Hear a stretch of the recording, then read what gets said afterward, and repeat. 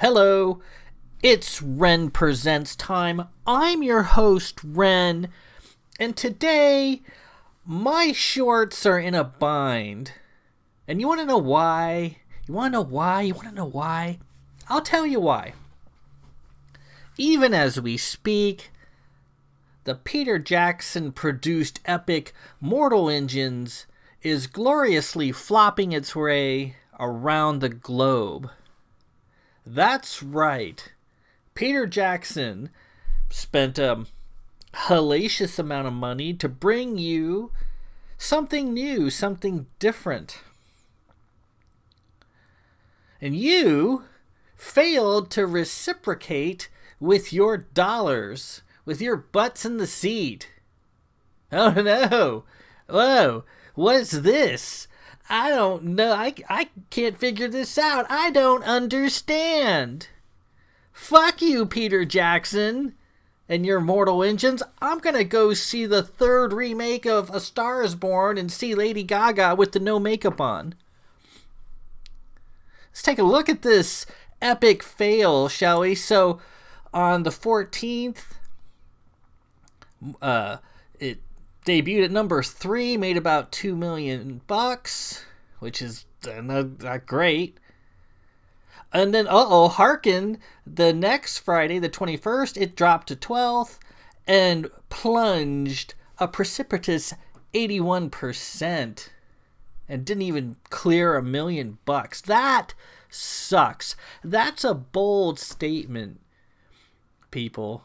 That means we're not having your Mortal Engines there, Peter Jackson. You can take it and stuff it. But you want to know why there seems to be no creativity from Hollywood? Especially in the perilous genre that is science fiction fantasy, that is hit or miss at the best of times. You want to know why we got so many reboots, sequels, remakes, reimaginings? Any property that's sat long enough, it's developed a coat of dust, is prime game to be resurrected, dusted off, given a spit shine of CG, and trotted back out. And we all sit back and go, wow, here's another more reboots and sequels, another summer of big budget blockbusters that we've heard of before, not in the last decade or so, but here it comes again, and we're going to see it again. And you want to know why that's the case? You want to know who is responsible for this dearth of creativity, for this endless fallback to common tropes? Well, march up to the nearest mirror and take a look. Take a good hard look. Yeah.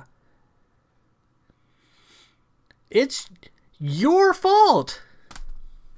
You. I'm talking to you. Why do we have nothing new coming out of Hollywood? It's because of you. You claim you want originality. You claim you want to see something you've never seen before. You bemoan your fate when all these reboots and remakes and reimaginings come out. Yet, that's not how you vote with your dollars, with your time, with your headspace, with your asses in the seats. George Clooney said it himself. Hey, I'm trying to come up with new content, and it's bombing hard. So here we are, Mortal Engines. And it's got a batshit crazy premise. We got giant mechanized cities on wheels and tank treads after some global apocalypse, the 60-minute war that wiped out modern society as we know it and left a few bedraggled people to sop up the drippings, and you have towns of various sizes, and they have managed to somehow put their cities on wheels and roam the desolate landscape looking for other cities to attack and assimilate, sort of like the earthbound Borg. Resistance is futile, motherfuckers. Here comes London. And London is the big heavy. It kind of sounds like the old Michael Moorcock books, where either London or a caricature of Great Britain is always the bad guy, always the heavy, always the fell wind, the distant drumming that's coming for you. In this case, it's London, helmed by the magnificent Hugo Weaving. And people are like, I don't get this. We got cities on wheels that drive around attacking each other. There's claim they're short on resources, yet they take the most resource heavy step possible and practice social Darwinism, predatory Darwinism, as they say, on themselves. I don't get it. I'm not going to embrace this. Even though this film is brought to you by our hero from New Zealand, Peter Jackson, whose distant Lord of the Rings achievement gets more tarnished as the years pass by. And he's bringing the Wingnut team with him. Only instead of directing this, he's going to produce it and write it along with the same writing team that wrote The Lord of the Rings.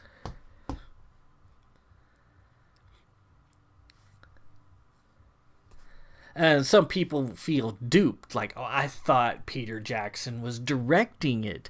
Well, get a pair of glasses and look.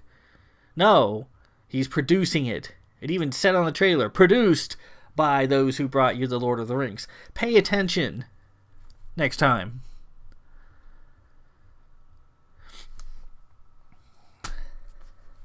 But what we have here is the standard deal. You have something that's pretty unique and pretty outlandish.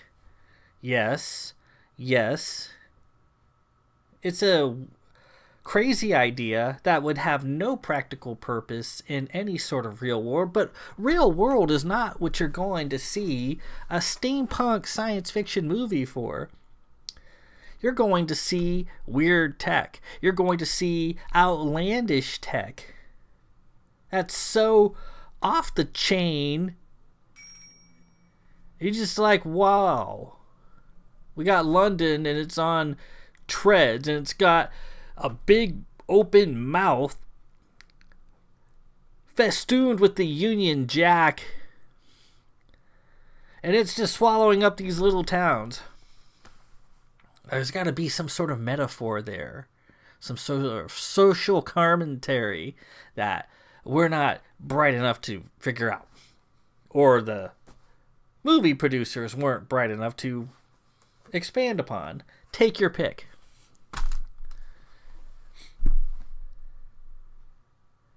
And we're not down with this. We're not gonna go with it. We're just gonna it's too weird. I have to push it back. I have to keep it at arm's length. I will accept a tale about a bunch of halflings walking across a war-torn landscape to throw a ring into a volcano. I will accept implausible yarn about space wizards and their weird tech, But no, I draw the line when it comes to London bearing down on me. Honestly, people, this could have been the foundation of something special. This movie has lots of problems. I'm not going to defend all its shortcomings. I'm not going to defend its various plot holes. The characters, Hester and Tom, although they grow and become more defined by the end of the movie, they're not overly compelling. Hester is not a great character to try to center a film on. It almost seems to be more focused on Hugo Weaving, the bad guy, than it is on the good guys. There's lots of add-ins that are just kind of there to give her something to run away from, give her something to be challenged by. And then the whole point of the MacGuffin that's thrown in at the end is really lost in execution. Has this giant weapon that participated in the 60-minute war. The Medusa weapon is really ineffectual, and it seems to me they could have just used a couple missiles to achieve the same effect and save themselves a lot of fuss and bother in the process. But that's just me. But all that is irrelevant to the main point. This movie has been rejected by moviegoers because people are too stupid to wrap their minds around this fairly alien concept. It's the exact same for other science fiction films that have come and flopped their way into oblivion. You got Disney's John Carter of Mars. Nobody got that. You got Valerian, and that's a pretty unknown property in the United States, and it flopped, predictably. Even other types of films, like 47 Ronin with Keanu Reeves, taking a classic Japanese story, adding a little magic to it, just didn't hit home, didn't resonate, flopped bad. Maybe it's because all the good guys kill themselves in the end. Maybe that's just too foreign a concept. But when you have the opportunity to launch a franchise that's dares to be different, dares to do something that hasn't really been done before, or presents content that's not in the way you expect to see it, it should be embraced, not denigrate. I mean, it's a movie, whether you like it or not depends on a lot of things, and there are issues with this film as far as pace, and as far as character development, as far as just the general plot and some of the plot holes that are generated from it. But it's not like Lord of the Rings didn't have any plot holes, right? The whole eagle thing. Why walk when you can fly? And don't give me that bullshit about, well, the eagles... No. They could have gotten on those goddamn eagles and dropped that ring in the space of one day, one afternoon, and that would have been it. Don't even go there, because every argument you make saying why the Eagles couldn't have done this, I can bring up 2 points to shoot your theory full of holes. So, yeah, don't talk to me about plot holes, because your hero, the Lord of the Rings, has got plenty. It just comes down to people don't want, really, when you strip away all the bullshit, deep down, you don't want to be challenged with something new. And until that happens, expect more Transformer movies, expect more reboots and rehashes from the 70s, from the 80s.